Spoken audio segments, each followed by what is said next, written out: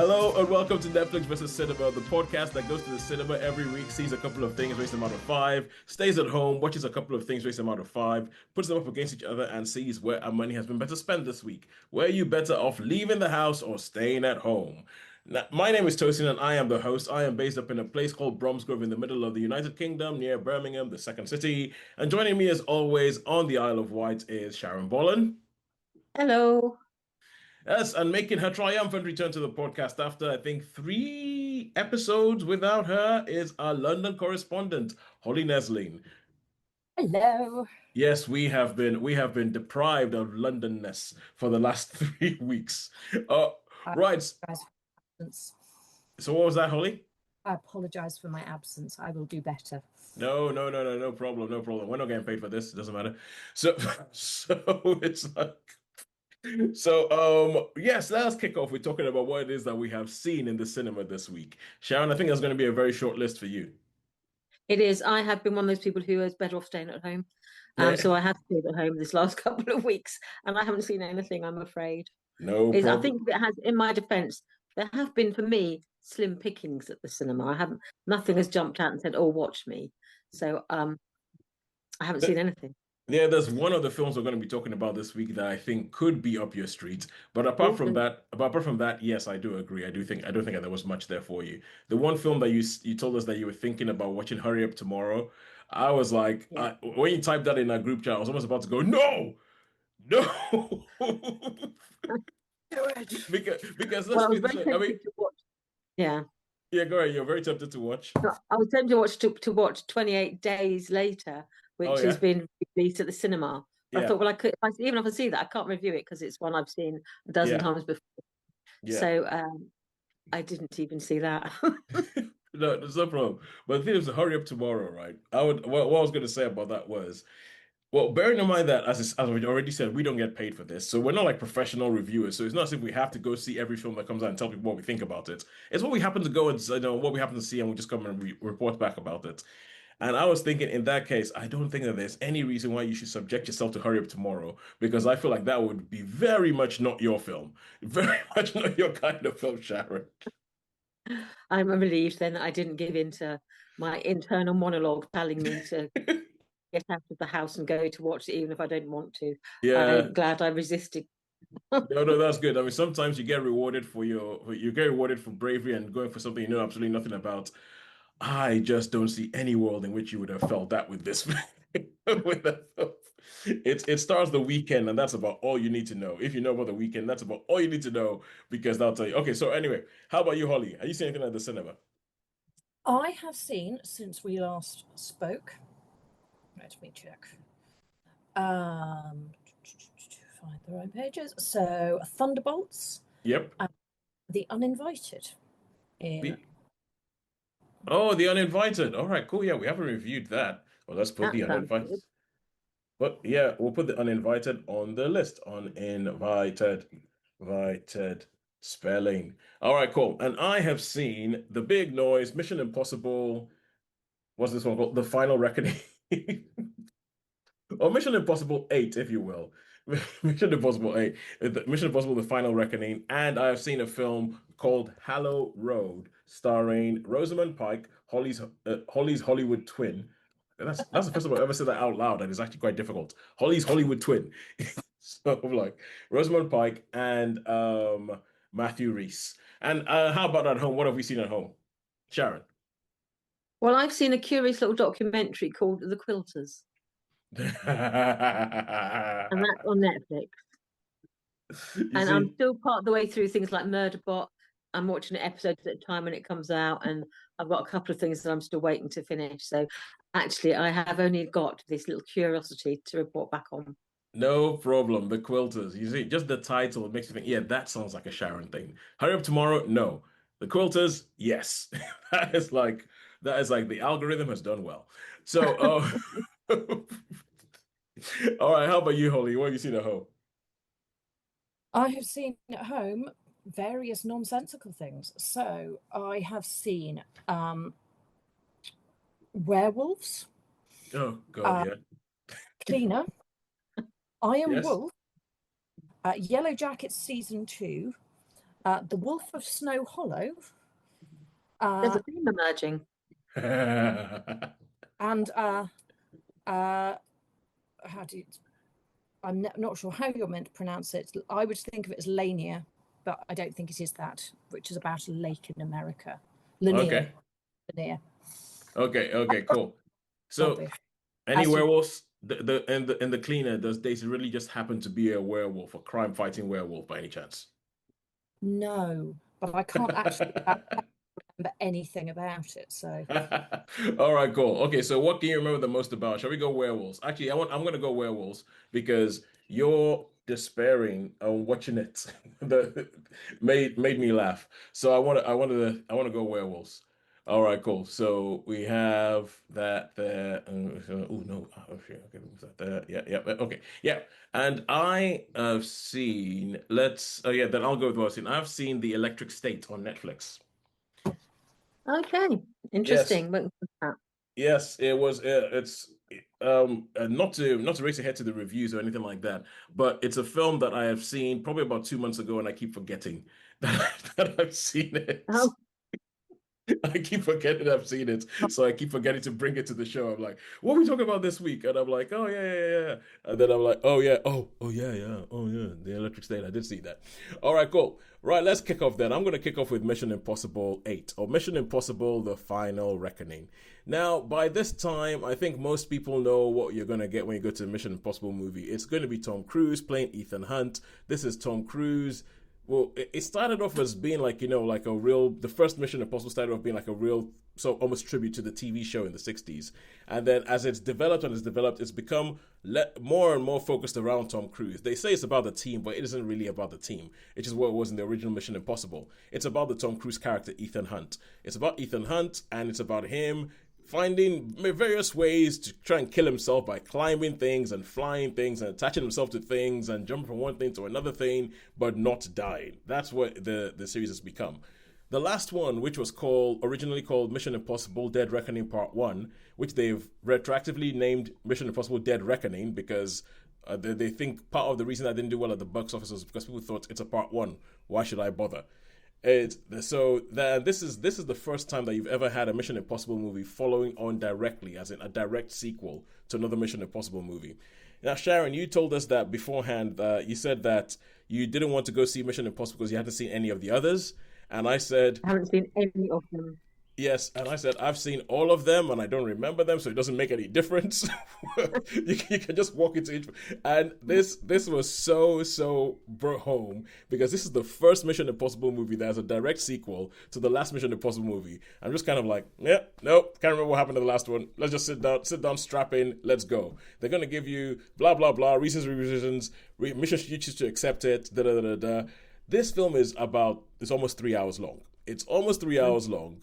For a spy, it's not even a thriller. That's the thing. It's not a spy thriller. It's a spy popcorn movie. It's a spy action movie, and it does the whole globe-trotting thing. There's a whole thing about a whole bunch of geopolitics, about the fact that you have this AI. So it's probably the most on the nose that the Mission Impossible plots have been. There's this AI called the Entity that's sort of like taking over everything and taking over the whole world, and it's figured out ways of making countries fight against each other. Nobody trusts anybody, and so they're all trying to fight, but the AI is trying to take over and wipe out all humankind.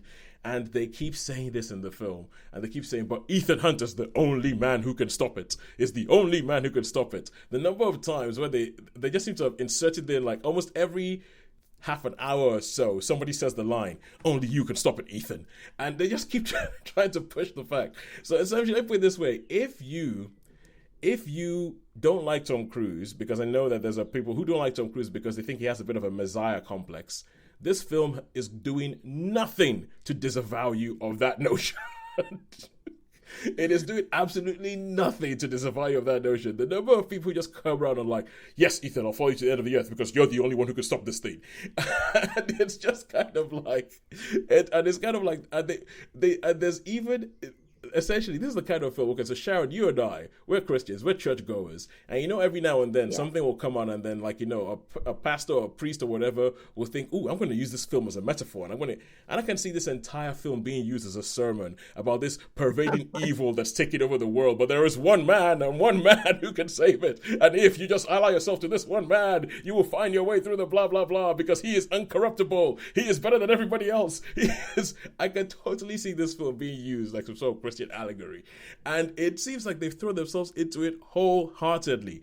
And I ended up making like a list of things that immediately after the film finished, I ended up making a list of things. One of them, which was that, because the Mission Impossible movies, they usually end with the dun dun dun dun dun dun dun dun dun dun dun dun. And I have decided that theme is no longer thrilling to me. I'm kind of over it. I'm kind of over it. I am ready for. I'm ready for this to be the final Mission Impossible movie. Let it rest for a while. It's not going to be because it depends how much money it makes and everything like that. But it's. The film is a bit of a victory lap in that one of the things I liked about it was how they constantly throughout the film they keep showing you clips of all the other 7 films and things that happened, because this thing has been going for 30 years, and then you think Tom Cruise isn't aging because he doesn't look like he is.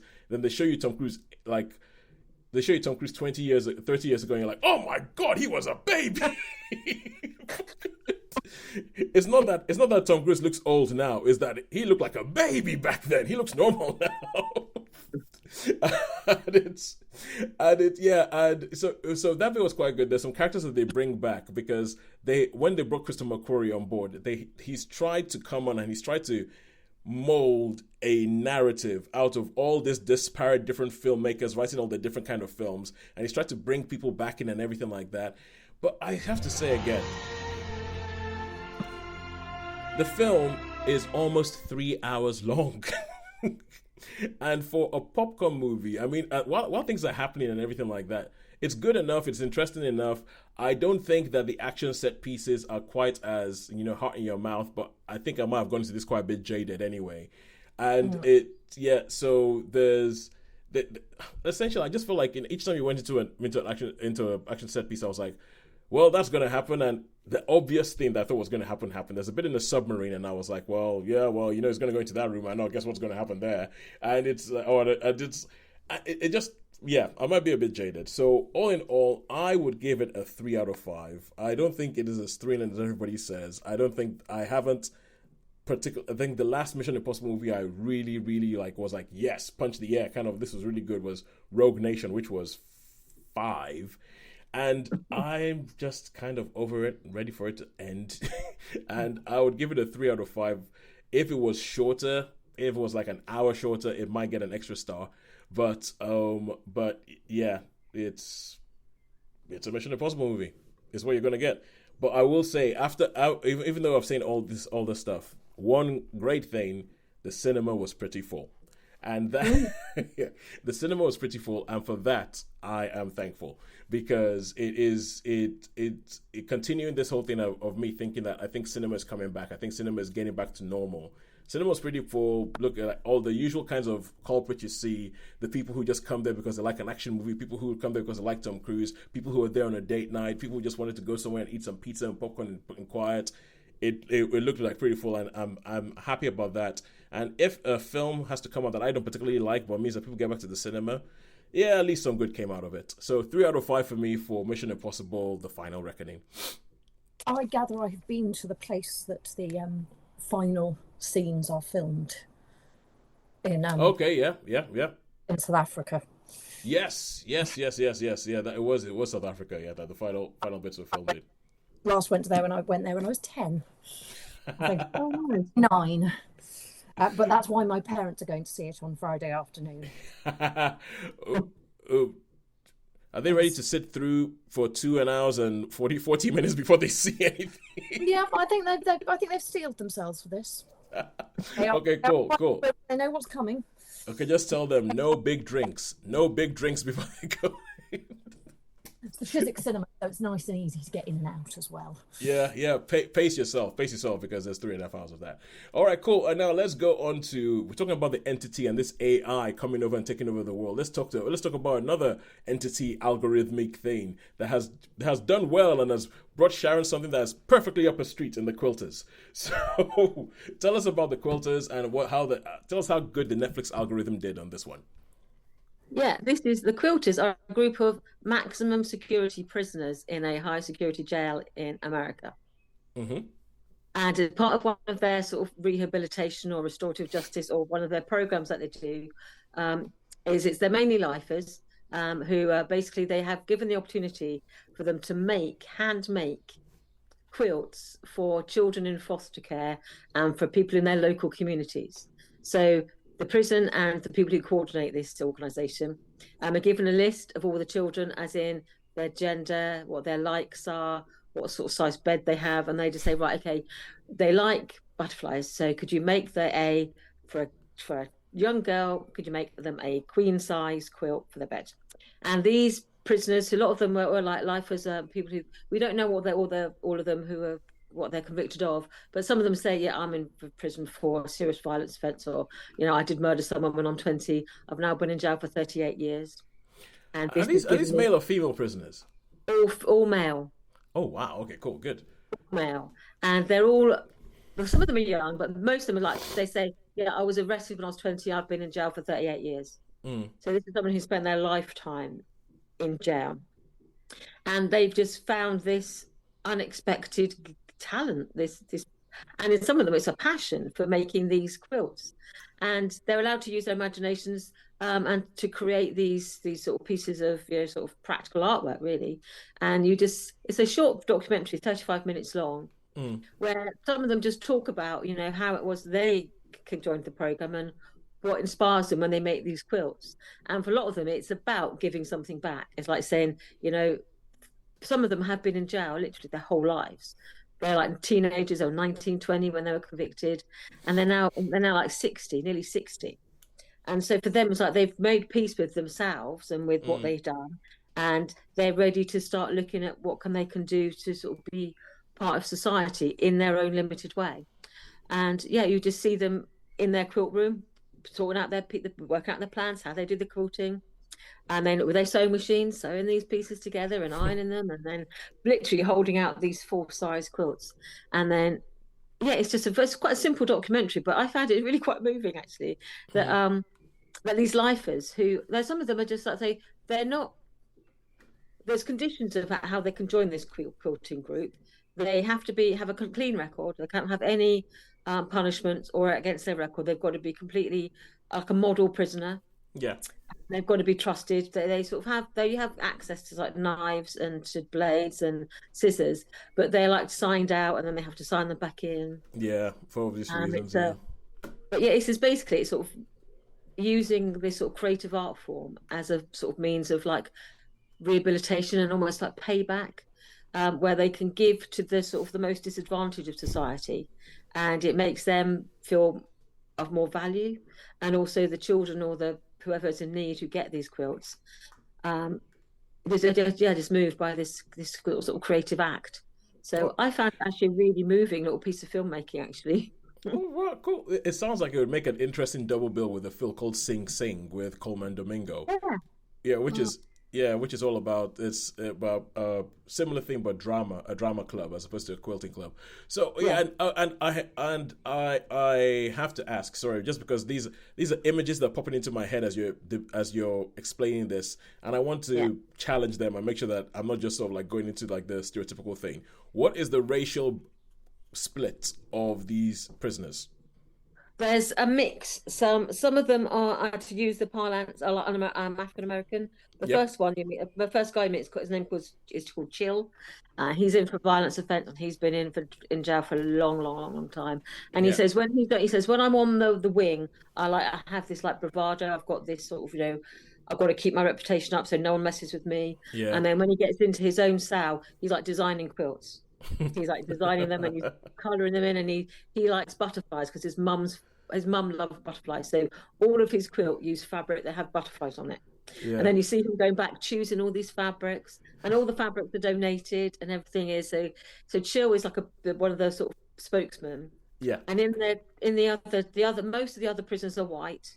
I think the guy who like runs the quilt room, he's the one who's been in prison for 38 years. Yeah. And his mother was a quilter, so he had those skills, and he is the one that everyone goes to saying, I don't know how to get this to work. How do I do this? And he's the one who like guides them through it, the making process. But some of them are young, some of them look like they were the youngest one, I think, was probably sort of late 20s, early 30s, and the rest vary in ages. And some of them are like, they had like again, using the parlance, looked like slightly Hispanic, because he had like a shaved head and quite a lot of, he looked like he might have probably been involved in gangs at some point. Tattoos. With the tattoos. Yeah. Well, I think his look about it was just like, oh, okay, you've obviously got a look. Yeah. I can't interpret what that means because it's not my culture. So, yeah. But there's a real mix, and they're just, you see these men who would probably be quite fearsome looking, but who are just like looking at fabrics. And actually, I think this person, because one of them is making like a 60s quilt, so they're using these sort of brightly coloured fabrics and stuff. And the quilts, actually, they have a montage at the end of the different quilts they've made. They're amazing. Some of them are absolutely amazing. Oh, that sounds brilliant. Taking sort of this awful situation, and like there's like a spark of hope there, like this sort of you can have something good and can come out of this seemingly endless incarcerations. So I don't know about the American legal system, about how when people are incarcerated, what the sort of jail terms are like, because even here someone can be convicted for murder and they can be out within sort of 10 or 12 years. Whereas I don't know what the circumstances of this guy's murder, but he committed a murder when he was like 19, 20, when he was a drug addict. And like 30 years later, 40 years later, he's still in a maximum security prison. Yeah. And I was thinking, I don't understand how that happens. Why isn't he like paroled? Or because when you talk to him, you're thinking, I'm sure anyone who talked to him would think this man is probably able to go into a lesser security jail or into a. Well, it also depends on the state that you're in, because states. How it happens? Yeah. They all have their own lessons. But how many stars would you give this? I would give it a 4. I think it's short but sweet. I found it, quite moving. I thought it almost inspiring, because I thought, what a lovely thing to do. Someone's idea that created this sort of, from darkness comes this light. So I really liked it. So I'd get definitely 4 stars for that. And it's on Netflix. And apparently it had won an award. It was like award-winning documentary. So someone else thought that's good as well at some point. All right, cool. And Holly, that was really, really good timing, because I was just about to say, and then Holly got up and ran out from her chair. Holly had just discovered that she had spilt nail oil all over part of the desk. That's apparently that. Okay. I thought something was on fire, but I guess if you left it alone, I mean, we did speak about Final Destination last week, and that's like one of those first things that happens in a Final Destination movie that ends in what Final Destination movies end up in. But anyway, cat comes by, lights his cigarette, drops it on the nail, comes out. Chaos ensues. You know, the last Final Destination movie has actually got me thinking that maybe I should watch a Final Destination movie, because the sort of love that has been poured out to this and the amount of cackling that people have been going and saying how good this thing is. And I've never watched a Final Destination movie, and I'm thinking maybe I should. But anyway, okay, well, now let's move on to films we've actually watched, and let's talk about The Uninvited. So Holly, this is you talking about, and I hear that this is a talky drama set in Hollywood that, anyway, I won't try to start removing the film before you do. Tell us about it. So the film opens in the household of Elizabeth Reaser and Walton Goggins. Yeah. I haven't seen as much of Elizabeth Reaser recently. She seems. Well, exactly. That's the last time I saw her. And she must have done other things more recently. And he is a Hollywood agent, and she is a former stage actress who stepped back to raise their child, from ostensibly stepped out from work to raise her child. And this is a big day in their household, as there is a party being held at for Walton's benefit for his work, and she has gone to a great deal of effort to have everything organised perfectly. Their marriage is clearly quite fraught. There are tensions, that they are clearly not entirely comfortable with each other, and as they are running around and getting ready, he's not doing things he needs to have done. She's got a load to do, is trying to sort out things with their child, and suddenly there is beeping at their front gate, and there is a woman at the gate who insists that this is her house. She must be in her 80s, and they say, well, no, it's not your house, we live here. She's absolutely adamant. And so Elizabeth Reaser, being a nice person, says, well, come in and we'll sort this out. Doesn't do what a sane person would be and think, well, we've got somebody who was clearly very disturbed here. We should probably be calling the police so that she can be assisted in a medically appropriate fashion. But that doesn't make for such an interesting story. So she brings her in and starts settling her in at the same time as guests start to arrive. And you have an overall quite fabulous cast. There is, Helen, this old woman, is played by Lois Smith, and I can never remember what else she's been in, but she has a very...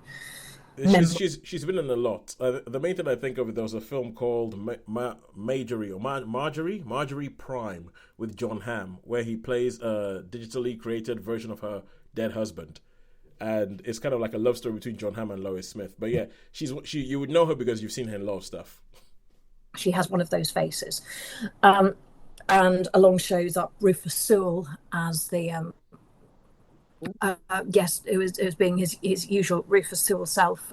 He is I think he's either a screenwriter or a director. Either way, he's very, very, very successful and very wonderful, and it's all a very wonderful, very over the top party. And as you've got all this going on, Elizabeth is trying to look after by Rose, her character's name, is trying to look after Helen, who is clearly, in varying levels of, coherence and various minor hilarities ensue and sort of touches of silliness. Then it becomes apparent that that the husband has invited this very, very famous actor and Rose's ex-boyfriend, played by Pedro Pascal. Of course, because he's in everything nowadays. He's in everything nowadays, and is an incredibly dashing individual, as he always is. So generally you've got a sort of a well-presented cast, and he is still clearly in love with Rose, and there are unresolved issues going back to when they broke up many years before. Yeah, and you have, moving backwards and forwards, the tensions between Rose and Sammy, her husband, the underlying tensions between Rose and Lucien, played by Pedro Pascal, the absolute unhingedness of Rufus Sewell's Hollywood producer character. I think he's a producer. And I get the feeling that the adjective coked up might be used there. I think coked up is an appropriate line at times. So it's a film of sort of everything and nothing, where there's a lot of talking and a lot of people unpicking what their thoughts and feelings are and understanding the different dynamics of relationships. Yeah. Very well put together.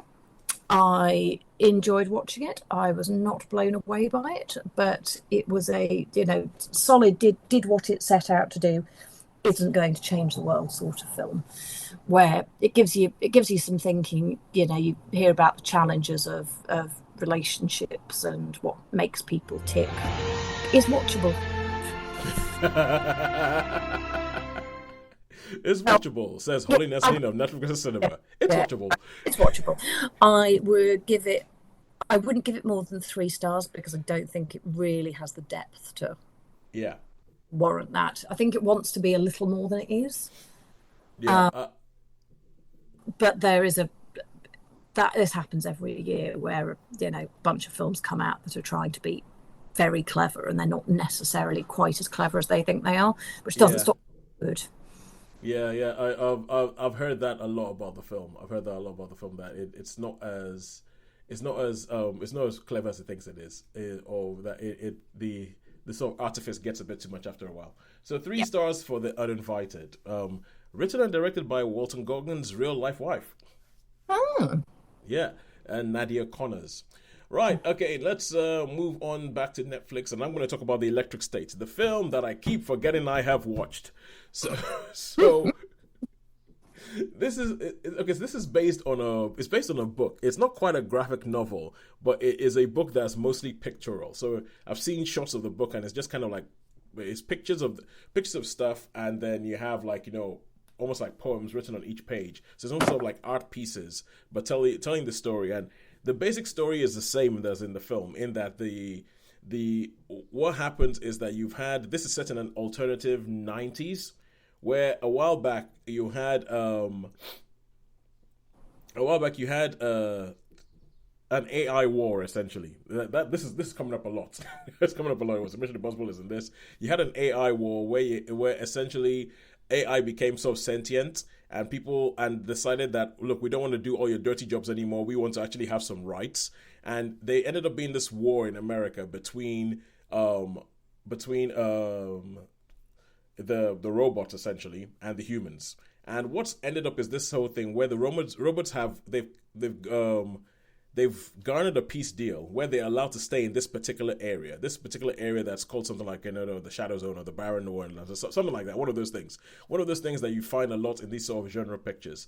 They're in this area. It's all deserty. It's in the middle of the country, and humans are not allowed to go in. Robots are not allowed to come out. Just stay like that, and everybody will be okay. We will all be okay as long as you stay in your certain places.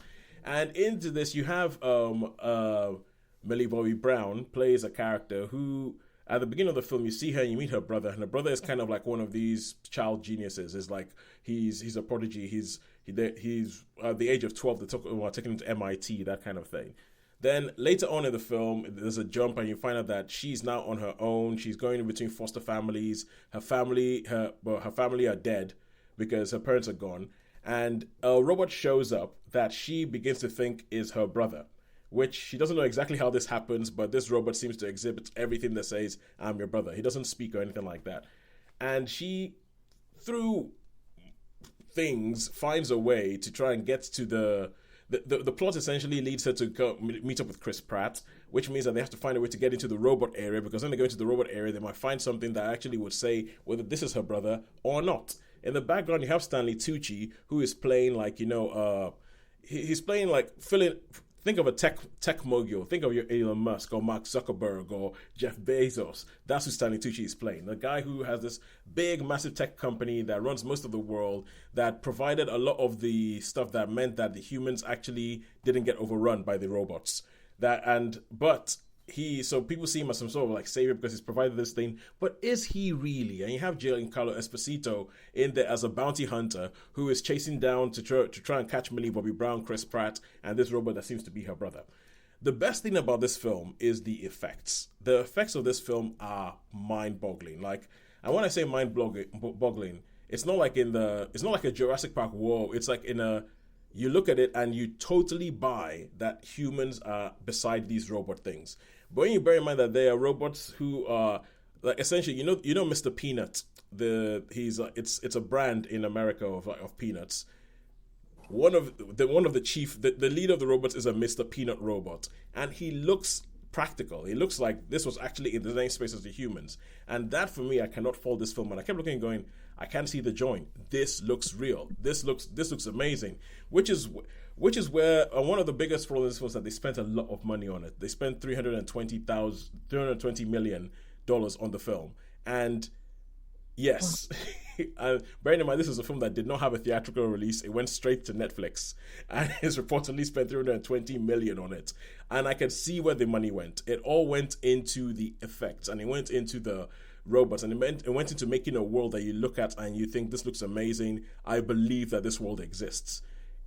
It didn't really go on the script or on the story or on anything. And it makes me want to read the original book, because apparently people praise the original book for having depth and having pathos and having all these sort of things in it, and this film is kind of like they tried to make a sort of mid-ambling 1980s movie, kind of like E.T., but not as good.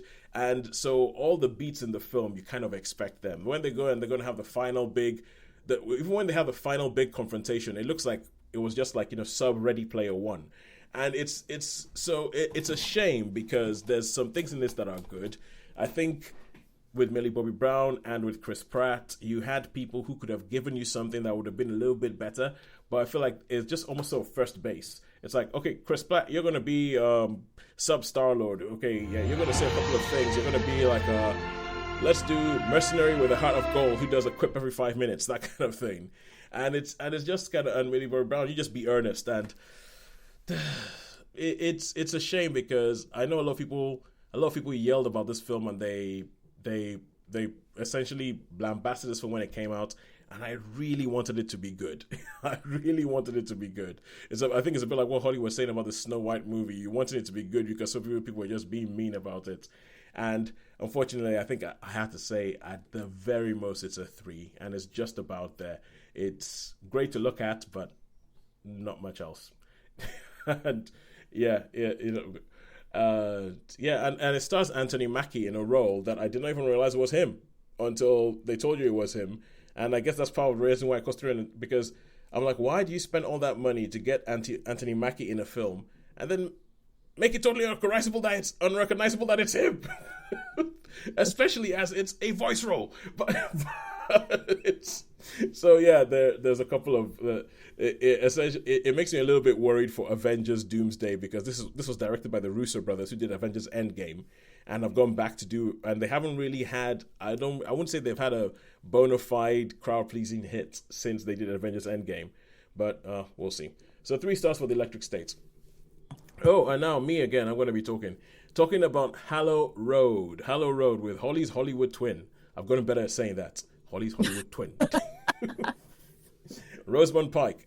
And if you're wondering what I'm talking about, okay, you might see Holly on our YouTube channel and you might think, what on earth, that woman doesn't look anything like Rosamund Pike. And yes, she doesn't.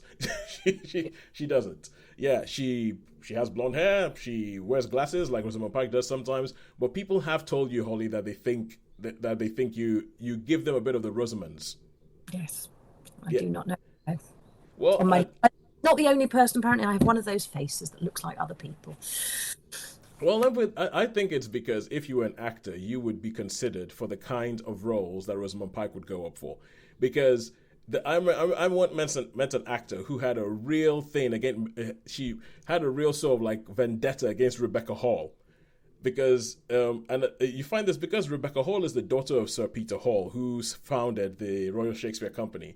So people think, Nepo baby, that's the only reason that she's getting any jobs or anything like that, even forgetting the fact that she's an amazing actress. So and I looking at her and looking at the way I was like, could this possibly be because the fact you think that she's taking all the roles you would be considered for? She was like, yeah, totally, 100%, because she didn't look like Rebecca Hall, but she had a Rebecca Hall look, if you get what I mean. Yes. All right, cool. But anyway, yeah, sorry, that's a total random tangent. Let's talk about Hallow Road. Now, Hallow Road, I think the main selling point for this film, for you to go into the cinema to go watch it, and I think even the main selling point when they made this film was it all takes place in a car. So if you remember the film Lock with Tom Hardy, a little bit like that, but this time there's 2 people in the car. and it's Matthew Rhys and Rosamund Pike, and when you meet them, they are a well-to-do sort of like couple. Let me put it this way, they have 2 cars. One of them is a Range Rover and one of them is a BMW, that kind of thing. And they get a call from their daughter, and they get a call from the daughter, and she's panicked because something has happened. And they're like, "Oh my God, what is going on? Okay, where are you? We'll come and meet you. Where are you? Tell us where we are. You will come and meet you." And they start in the house. They get into the car, and then the almost the entirety of the film is them driving to where their daughter is to try and pick her up, being on the phone with her saying, "What's going on? Let's try and do this." Rosamund Pike's character is a paramedic, and so she tries to talk her daughter through some stuff. But then you start finding out that before the film started, there had been a fight between parents and daughter. There's like some sort of tension between husband and wife. And all this stuff comes out as you're going along with the journey. And then stuff starts happening, like you start hearing weird guttural noises that sound like there might be a monster where their daughter is, but you don't see any of this. You just hear this through the phone, and it just carries on going and going. This film is only 80 minutes long, and I think that they knew, because they knew, look, this is our gimmick. This is about how long we can stretch this. This is how much we can keep the attention and the tension going for. We're going to stick to 80 minutes.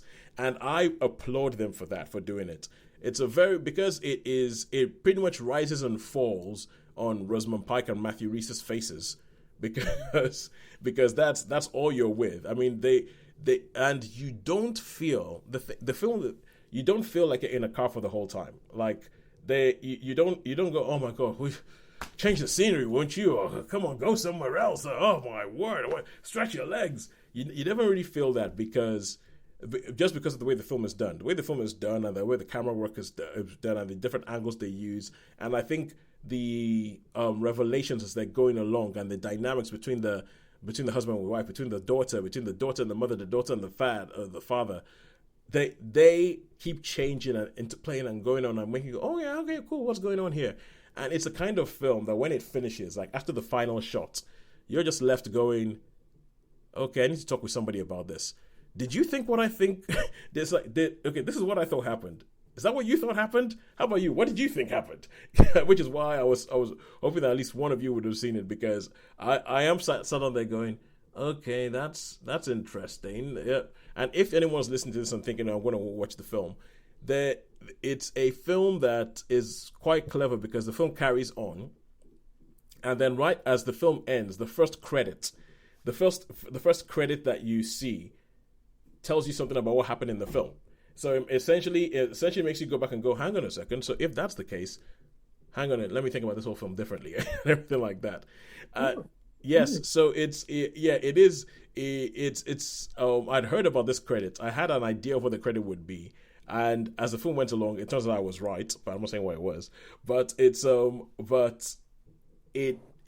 makes the film become more of a conversational piece. And essentially, you sort of go back and you have to sort of like start watching it. You know how it is when you watch The Sixth Sense, and you watch The Sixth Sense the first time, and then you see the reveal at the end. Then you go back to watch the film again and go, hang on, does that actually hold up with every single scene that we've seen? And then you go back and you go watch every single scene and go, this is the kind of film where you go, okay, if that's the case, if I go back and watch this film, does this theory hold up? Or maybe there's a different theory as to what's actually going on, what's going on with their daughter, what's going on with them, what are they actually hearing? I think it's a very, very well done film. I think it's a very well done film. I mean, I'm not particularly a fan of the things where there's all tension and you're trying to get and so there were bits where I don't think it was that I was bored. I think it was just that I needed something else to do, to sort of like as a pressure release valve that I did, and I was almost alone in the cinema. I did sort of like go, okay, cool, let's go do something else now. Okay, cool, let's get back to this. Let's get back to this tension thing. What's happening? Werewolves? Don't know. So it's like, so yeah. So all in all, I think it's one of these things where personally I would give it a 3 for my enjoyment, because that's not the kind of story I enjoy. But I think the performances are brilliant. I think the setup is good. I think that they're very economical in the way they use the setting, and the gimmick doesn't overstay its welcome. The gimmick doesn't overstay its welcome, so I think it's quite good, and it's I think from a film craft point of view, it's a 4.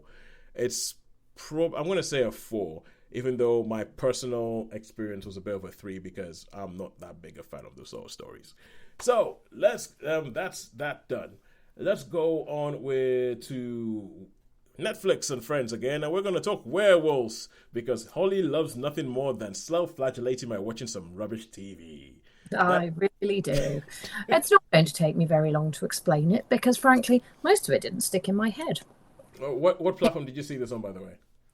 This was on Amazon Prime, I think. Okay, cool. Werewolf film.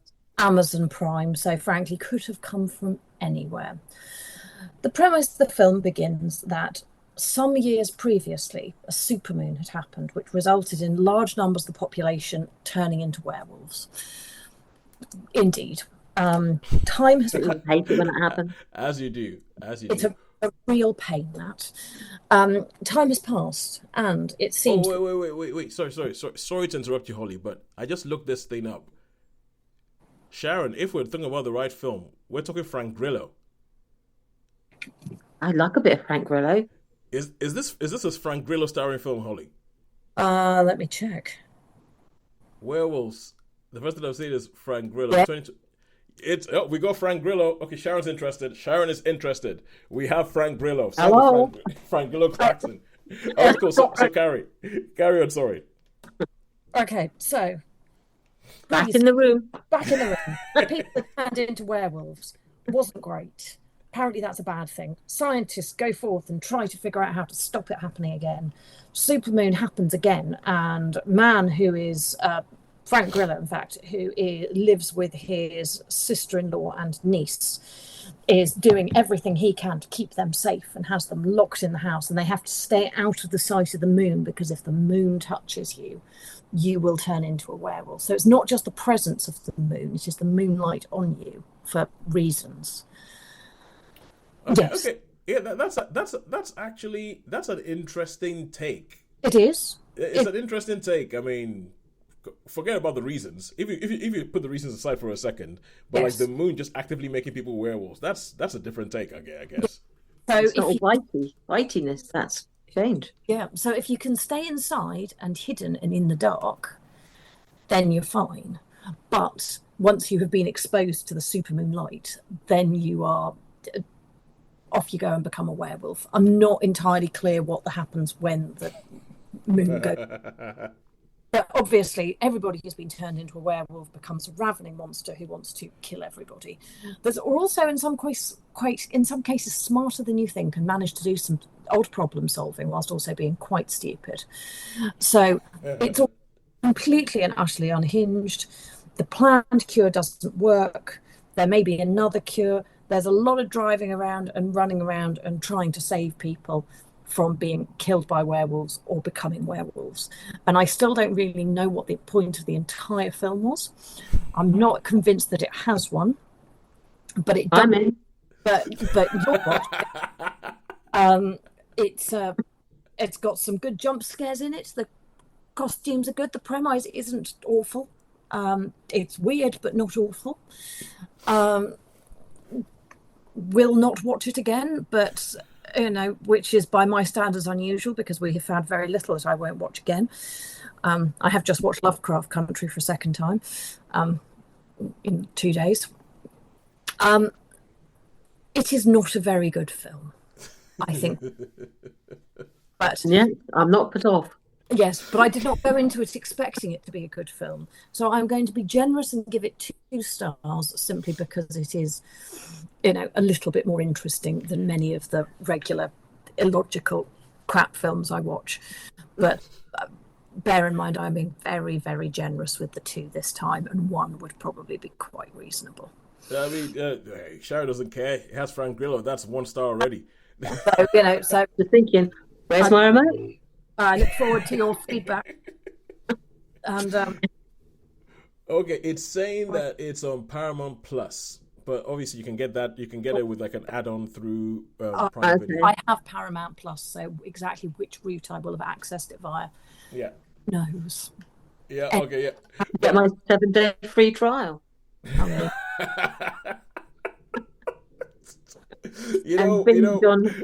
of these days, right? One of these days, Sharon, I need to sort of track Frank Grillo and find out when he's doing an appearance at some sort of Comic-Con. Oh no, actually, no, that's what I'm gonna do. I'm gonna see if I can, if I ever get into some sort of like a level of influence, I'm gonna see if I can get Frank Grillo to come to the Isle of Wight Comic-Con.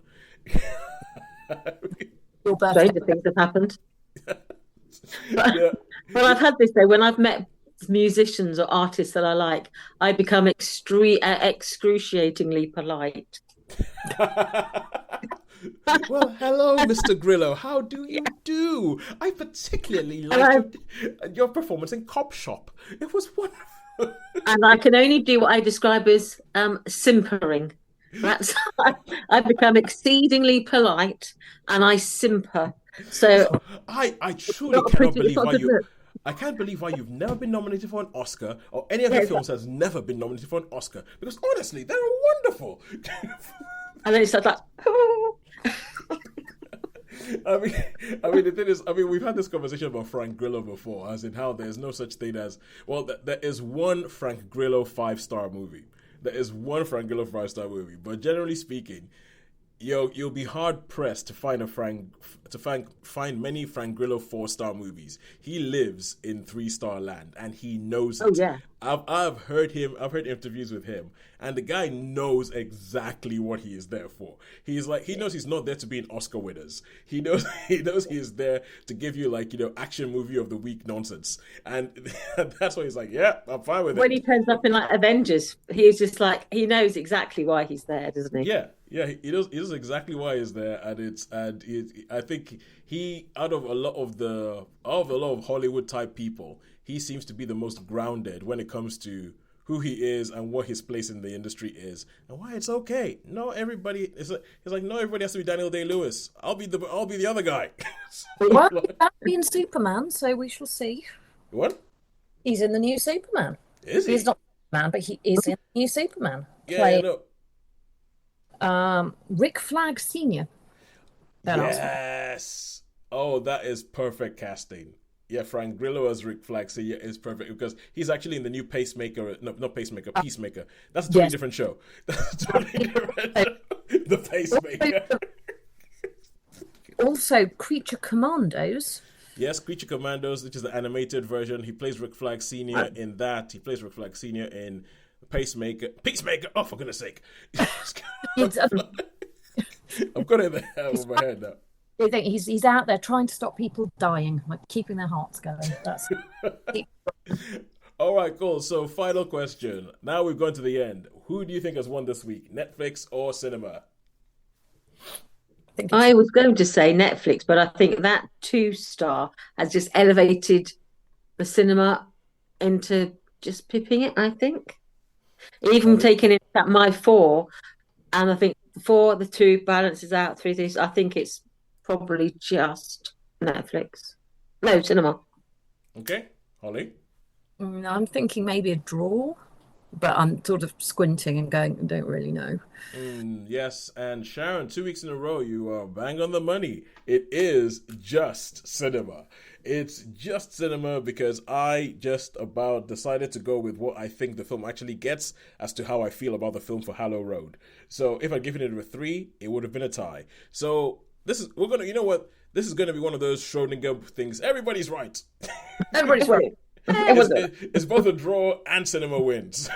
Yeah, everybody gets a prize.